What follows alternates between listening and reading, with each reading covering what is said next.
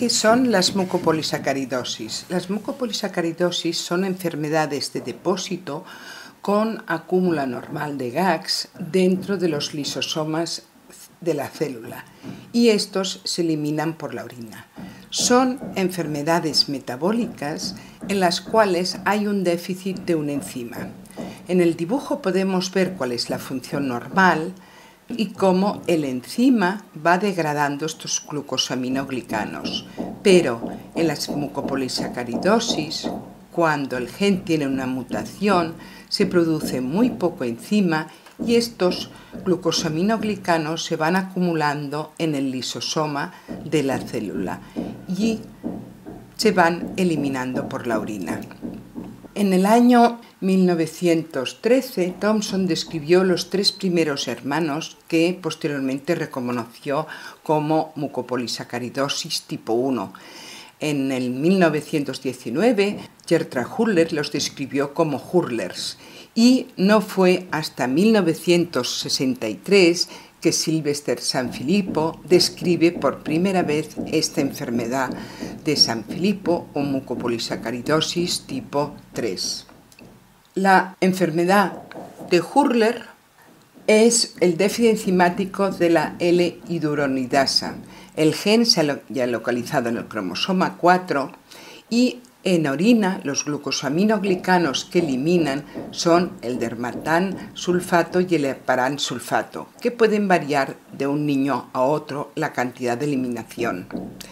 La clínica se inicia en esta forma de mucopolisacaridosis tipo 1 entre 1 mes y 2 años las formas más graves, mientras que entre los 2 y 5 años las formas más moderadas, que le llamamos Hurler-Schelle o forma intermedia, y la forma más leve de Schelle, que es la que se puede diagnosticar a partir de los 5 años. En la forma grave hay una dismorfia facial con unos rasgos toscos progresivos, les encontramos hepatosplenomegalia, es decir, hígado y bazo grandes. Presentan un retraso psicomotor y mental progresivo y la afectación ósea es muy importante. Pueden ir creciendo el tamaño de la cabeza y llegar a acumularse agua, es decir, una hidrocefalia comunicante, y también pueden tener una afectación del corazón progresiva. Se puede acompañar de convulsiones, de apneas, de retraso en el crecimiento, de disfagia. La forma intermedia son niños con inteligencia normal o casi normal y toda su afectación física es mucho menor y la progresión mucho más lenta, pero también pueden tener síntomas oculares, cardíacos, auditivos, que aparecerán mucho más tarde hacia la adolescencia. La talla puede ser normal o casi normal y habitualmente no tienen aumento del tamaño del hígado o muy poco. La forma más leve, que es la forma de Schelle, siempre tienen una inteligencia normal, los problemas físicos son leves y menor progresión. La displasia ósea es lo más importante y de la afectación por la cual normalmente llegamos al diagnóstico. Estos pacientes pueden hacer un régimen de vida normal. Cuando miramos las etapas evolutivas de esta enfermedad, vemos que los niños entre los 6 meses y 3 años empiezan a ser diferentes, aparecen los rasgos toscos, el retraso psicomotor se hace cada vez más evidente en las formas graves y el aumento del tamaño de la cabeza. Entre los 3 y 4 años aparecerán los trastornos de conducta, la hiperactividad, el déficit de atención, los trastornos del sueño y el lenguaje no va desarrollándose, va estancándose. A partir de los 6 años vemos que hay una regresión del lenguaje importante y empieza la pérdida de habilidades motoras y cognitivas. A partir de los 10 años, el deterioro físico, el anquilosamiento articular, la aparición de espasticidad y empiezan los problemas en tragar, en la deglución, que llamamos disfagia. Alrededor de los 15 años viene una etapa de calma que llamamos porque los trastornos de conducta remiten, pero aumenta la espasticidad y pierden la deambulación autónoma. Alrededor de los 20 años es ya cuando aparece la pérdida de contacto con el entorno, pueden aparecer o incluso antes las convulsiones, pero las infecciones respiratorias son repetidas y hay dificultades en la deglución. En el sistema nervioso central, las manifestaciones más importantes serán el retraso psicomotor, que hay una pobre adquisición del lenguaje en estos niños y a veces desde los primeros años de vida, y un deterioro mental muy lentamente progresivo. La hidrocefalia comunicante es de una progresión muy lenta y cuando aparece, los pacientes se tienen que someter a la colocación de una válvula de derivación. Les pueden aparecer las convulsiones y la epilepsia que trataremos más tarde. Y también hay un aumento de los espacios vasculares en la resonancia. En el sistema nervioso periférico es muy frecuente el síndrome del túnel carpiano con la compresión y atrapamientos nerviosos. Muchos pacientes van perdiendo la fuerza en las manos y van adoptando esta mano en garra y puede ser dolorosa. A nivel otorrinolaringológico y respiratorio, puede aparecer una sordera, una pérdida de la audición, tanto de transmisión como central. Las otitis son muy frecuentes en estos niños y las apneas del sueño también. Estos pacientes pueden tener unas vías aéreas por tráquea rígida o bien por tráquea blanda y también problemas traqueales por el cuello corto y anillos cartilaginosos. Es frecuente que precisen de operación de amígdalas y de adenoides, y las infecciones respiratorias son muy frecuentes en estos pacientes.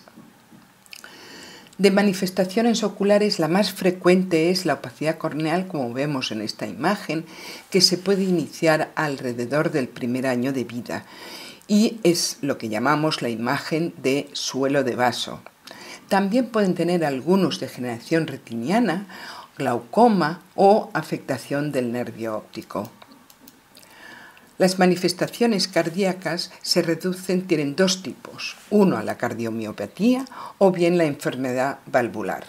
Presentan un engrosamiento del miocardio, pueden dar lugar a una hipertensión sistémica y pulmonar y algunos tienen regurgitación mitral, enfermedad de la arteria coronaria y es la causa de muerte más frecuente de estos pacientes. Las anomalías esqueléticas que son muy características serán las gibas, las rigideces articulares, la deformación de vértebras en pico del loro, el engrosamiento de clavículas y costillas, la displasia de caderas, las rodillas se van bloqueando y es evidente que hay un retraso de crecimiento con una talla baja en estos pacientes.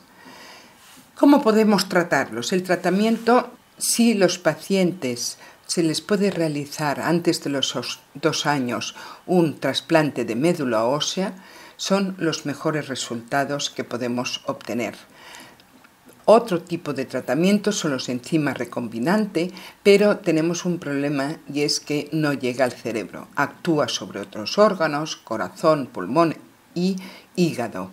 En estos momentos se está evaluando la terapia, es decir, administrar el enzima directamente al sistema nervioso, pero aún no conocemos los resultados de los ensayos que se están realizando. El problema es que los pacientes con el mismo defecto enzimático y con la misma mutación genética podemos observar diferente respuesta al tratamiento de reemplazamiento enzimático y unos pacientes mejoran más un órgano y otros mejoran otro órgano, pero no llegan a solucionar todas las anomalías presentes y detener totalmente la evolución de la enfermedad.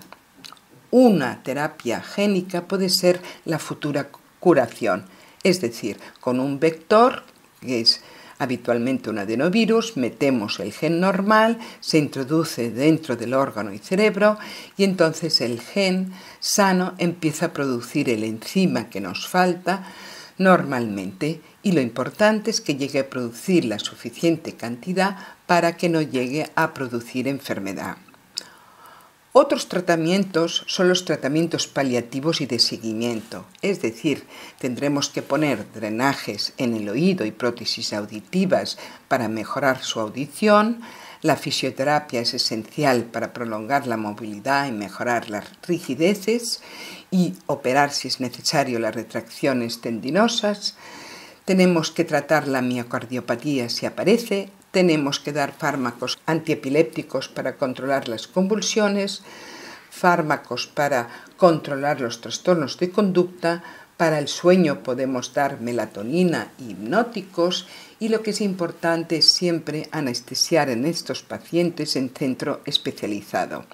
Estos pacientes habrá un momento que necesitarán de una educación especial.